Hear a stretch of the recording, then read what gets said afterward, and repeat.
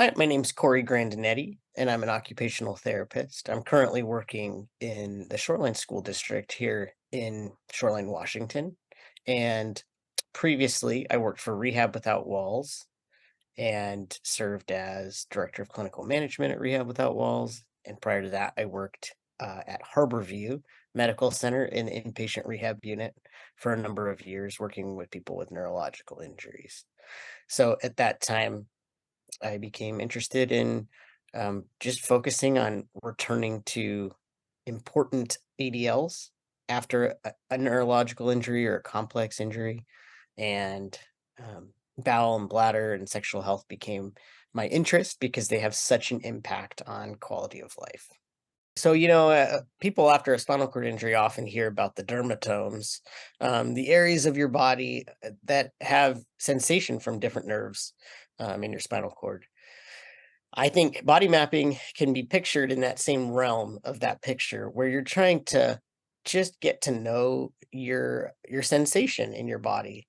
And body mapping is a way to do that either on your own or with the help of a partner or partners so that you can um, get to know your body better. After a spinal cord injury, your sensation can change. So maybe some places like your nipples that were really hot spots for you before are now either they can't feel anything or they might just not feel erogenous anymore. But that doesn't mean that you don't have a new spot that might feel erogenous or might have an area of your body that you can feel that you just haven't explored yet.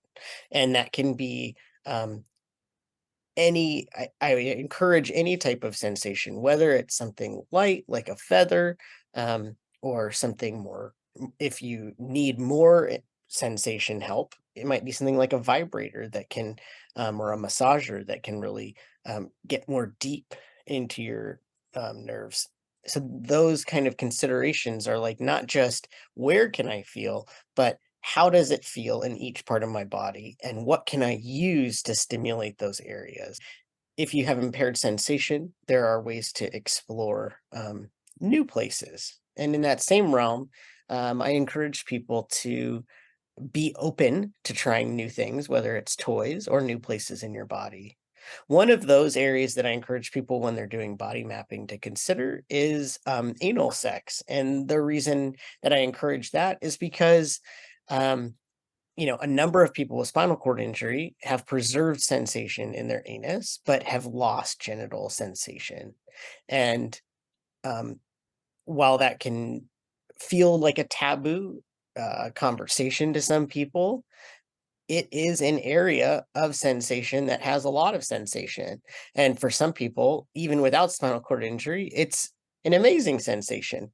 And it's an opportunity to explore another area at a time when a lot of times people feel a sense of loss, a loss of function, a loss of feeling, grieving the changes in their body and grieving the changes in their sex life. Um, I like to kind of encourage a flipping of that narrative to something that is really playful and interested in the sense of adventure, where you are using this map as this body mapping as an opportunity to really play as though you're a teen again, trying to figure out how this all works. And you can either use a map if you're a really graphic kind of concrete person, but you can just explore yourself by what you can touch, or if you need help, asking it, setting up for an attendant to help you, or setting up for um, a partner or partners to do this with you. I also encourage people to not do it in the context of the goal being an orgasm. If you are going into a sex activity, oftentimes the goal is to have an orgasm. Body mapping, I see as an opportunity to encourage people to not aim for the orgasm. The activity is the body mapping because that can take some pressure off of what the focus is for both the partner and the person, and ultimately by getting all of this information about your body, you're able to have better orgasms or better just enjoyment of sex overall.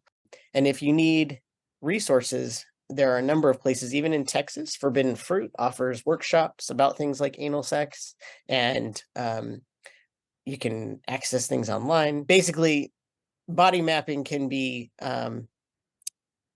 fun, and I just encourage people to kind of have an open mind.